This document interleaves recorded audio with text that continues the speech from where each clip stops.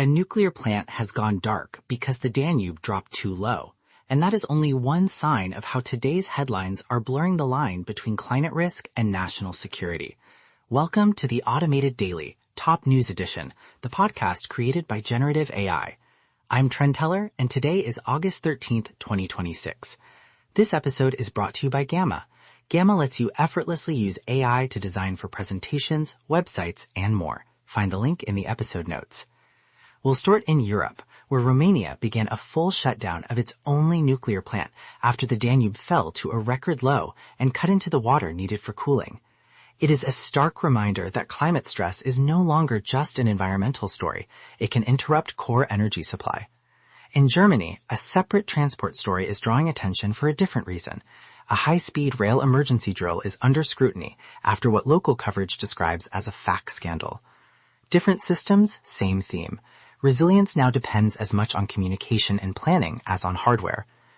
In a new development in the war involving Ukraine and Russia, local authorities in Nizhnekamsk said a Ukrainian drone strike killed at least 12 people and injured 39. The significance here is the scale of the casualties and the fact that the strike hit deep inside Russian territory, showing that distance from the front no longer guarantees safety.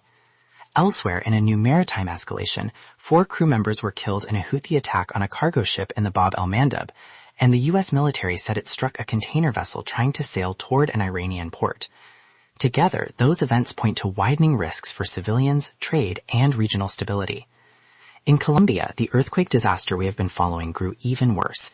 The president said the death toll has risen to 265, with nearly 500 people still missing, and he pledged an emergency fund to rebuild hospitals, schools, homes, and damaged infrastructure.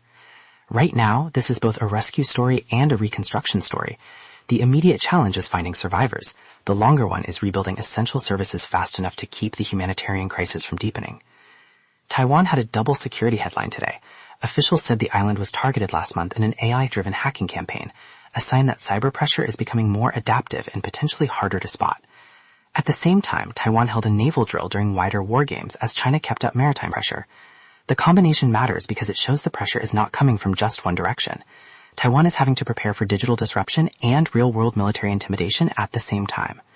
2 sovereignty disputes also sharpened today. Japan lodged a strong protest after Vladimir Putin made his first visit to the disputed Kuril Islands, a move likely to harden positions rather than open dialogue. In Europe and North Africa, Spain ruled out discussing sovereignty over its enclaves with Morocco, signaling there is little room for compromise there either. These are very different disputes, but the message is similar. Territorial questions that have simmered for years are becoming less flexible, not more. In the United States, 2 Army soldiers were killed when a military helicopter crashed in Texas.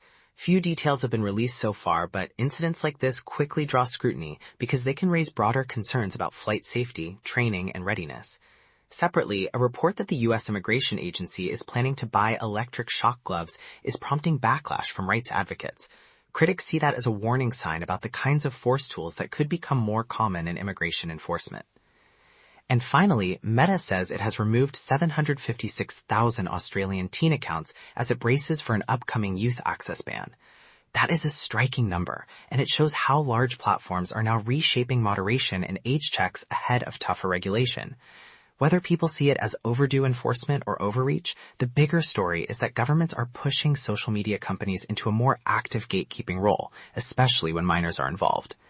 Thanks to our sponsor, Lindy. Lindy is your ultimate AI assistant that proactively manages your inbox, meetings, and calendar so you can focus on what actually matters. Find the link in the episode notes.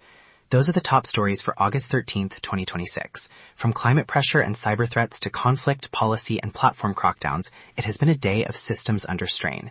Thanks for listening to the Automated Daily, Top News Edition. I'm Trent Teller. See you next time.